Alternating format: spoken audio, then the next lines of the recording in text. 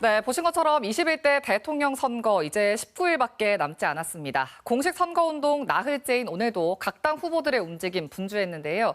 정치백 오늘은 국민의힘 양향자 공동선거대책위원장 연결해서 선거운동 상황 들어보겠습니다. 전화로 연결돼 있습니다. 위원장님 나와 계십니까? 네, 반갑습니다. 양행자입니다.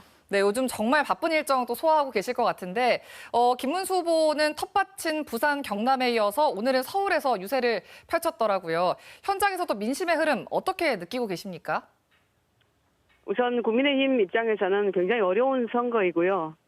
그런데 그런 이제 분위기에 김문수 후보가 대선 불과 몇 달 전에 대중 앞에 나타난 분인데 이분이 이제 라이프 스토리라든지 정치 여정이라든지 점점 그분의 삶의 궤적에서 어떤 비전이라든지 이런 부분들이 보이다 보니까 서서히 좀 호감도는 올라가고 있는 것 같습니다. 쉽지 않지만 그래도 최선을 다한다는 생각으로 뛰고 있습니다.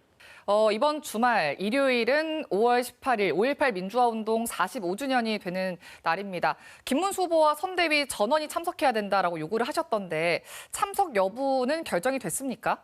내일 아마 권성동 원내대표가 호남 방문을 할 것이고요.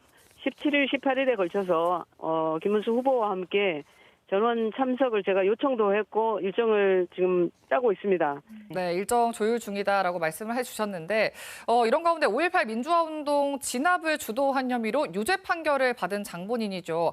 정호용 전 국방부 장관을 상임고문으로 위촉했다가 취소를 하셨습니다. 이 인선 배경은 저희가 어떻게 해석을 좀 해야 될까요?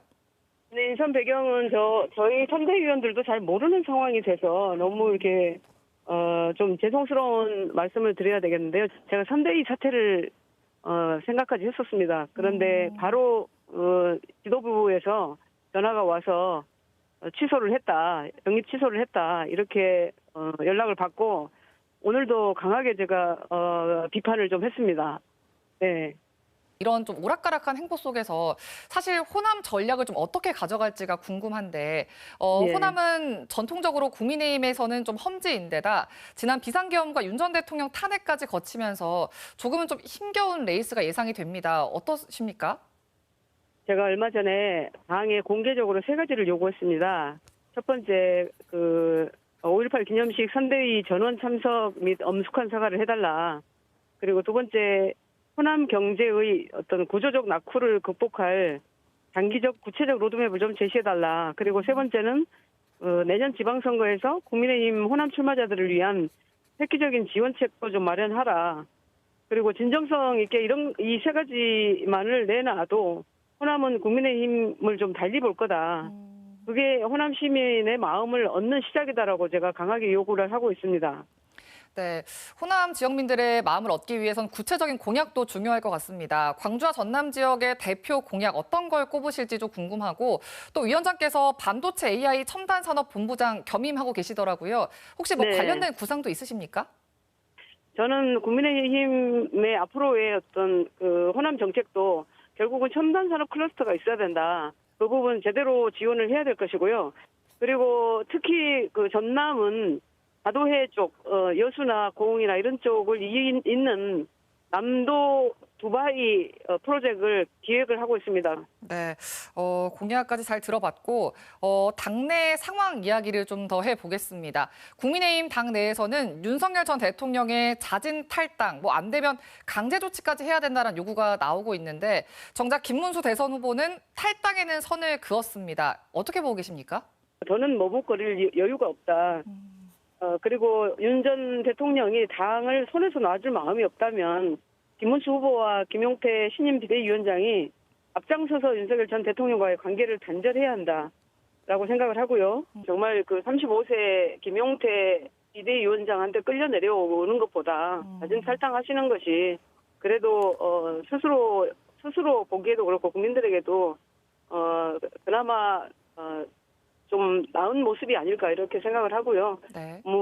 제가 지금 절연을 하지 않고는 국민의힘이 오늘 제외하고 18일밖에 안 남았는데 한 걸음도 앞으로 갈 수 없다. 이러다가 그냥 선거 끝나고 그냥 패족이 되기 쉽다라는 말씀을 드립니다. 윤석열 대통령에 대해서 절연하지 못하고 있는 모습은 국민들로부터 정말 정말 배척당하는 그런 정당이 될 것이다라고 말씀을 드리고 있습니다. 오늘 내일 조치를 결정해주지 않으면 아마도 김영태 비대위원장의 결단이 있을 것으로 보입니다. 네.